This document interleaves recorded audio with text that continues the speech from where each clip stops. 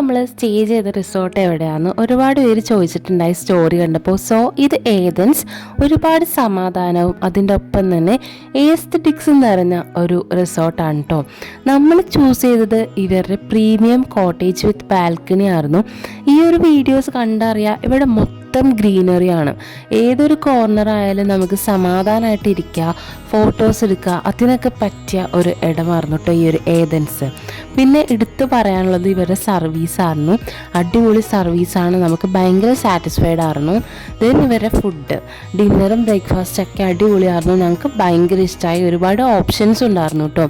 ഈ റൂമൊക്കെ ആണെങ്കിലും അത്യാവശ്യം നല്ല ക്ലീൻ ആയിരുന്നു, പിന്നെ നല്ല സ്പേഷ്യസും ആയിരുന്നു.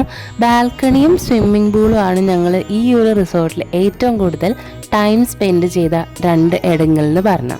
സോ നമുക്ക് ഭയങ്കര പീസ്ഫുള്ളായിട്ട് ഈ സ്ട്രെസ്ഫുള്ളായിട്ടുള്ള ലൈഫിൽ നിന്നൊക്കെ മാറി ഇന്നും കുറച്ച് നേരം അല്ലെങ്കിൽ കുറച്ച് ദിവസം എൻജോയ് ചെയ്യാൻ പറ്റുന്ന ഒരു ഇടമായിരുന്നു കേട്ടോ ഈ ഒരു ഏതൻസ് എന്ന് പറയണം. അപ്പോൾ ലൊക്കേഷൻ ഞാൻ എന്തായാലും ഇതിൽ കൊടുത്തേക്കാം. നിങ്ങൾ ഇതുപോലത്തെ ഒരു എസ്തെറ്റിക് സ്ഥലം നോക്കുകയാണെങ്കിൽ എന്തായാലും ചൂസ് ചെയ്തോട്ടോ.